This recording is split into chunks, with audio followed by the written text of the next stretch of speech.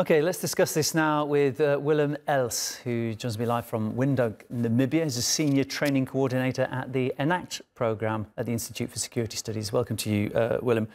The suggestion is that the voters there are they're looking for change. They're not happy with the status quo. What do you think is the biggest problem? Good evening to you. Yeah, this election is in many ways a watershed election. It is the first presidential candidate that was standing for Frelimo that was born actually after independence and is not riding on the wave of the Liberation War. What we saw in previous elections, the candidates rode on the wave and they capitalized on the sentiments of the war without actually delivering very much on the political goods. And that is what is going to decide this election. The joblessness, the young people are unemployed. They want change. There's hunger. The war in Cabo Delgado. Against that backdrop, all four of these candidates is coming with a lot of promises. It's all going to depend on who will be able to deliver and who is in the position to deliver. That's going to decide this outcome. It's very easy in a situation like you've described for somebody to come in and be quite populist and basically promise the earth and the moon on a stick, as I say. Sometimes, though, the tough situations need someone who comes in and makes tough decisions, you know, austerity type approach. What are those candidates promising and who do you think's most likely to win favour?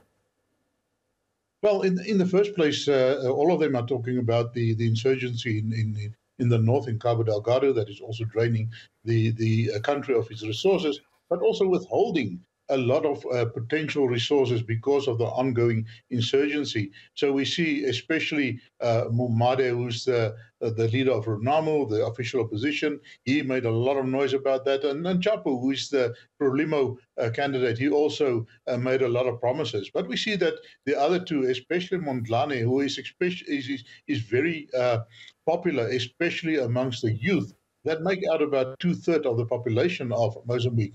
He is making a lot of promise in terms of restoring the economy and also delivering on job creation. So I think he will be, at the end of the day, the one that Frelimo will have to keep an eye on. Should it not be interfered with, as with previous elections that were reported to be not as free and fair as it was supposed to be.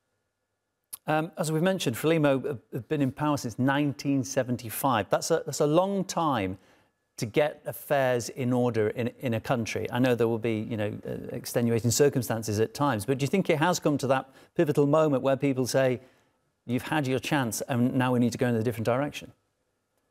All indications are that is a watershed in terms of that. We know that we had the long Renamo war after the independence that actually drained the country and divided the country a lot. So we see that there's a lot of divisions within the country, where certain of the provinces are dominated by Renamo, others by Frelimo. There's a big divide between the population. But all of that, I think, is moving to the side. If you look at the economy, if you look at broken promises by Frelimo, who was not really able to deliver on that political goods and the social contract that they had with the voters, especially in the north and in the middle of the country. Those provinces and the people in that provinces have a much bigger resentment against some Frelimo candidates, where we see in some of the instances they were booed off the stage. So that Willem, I do apologise.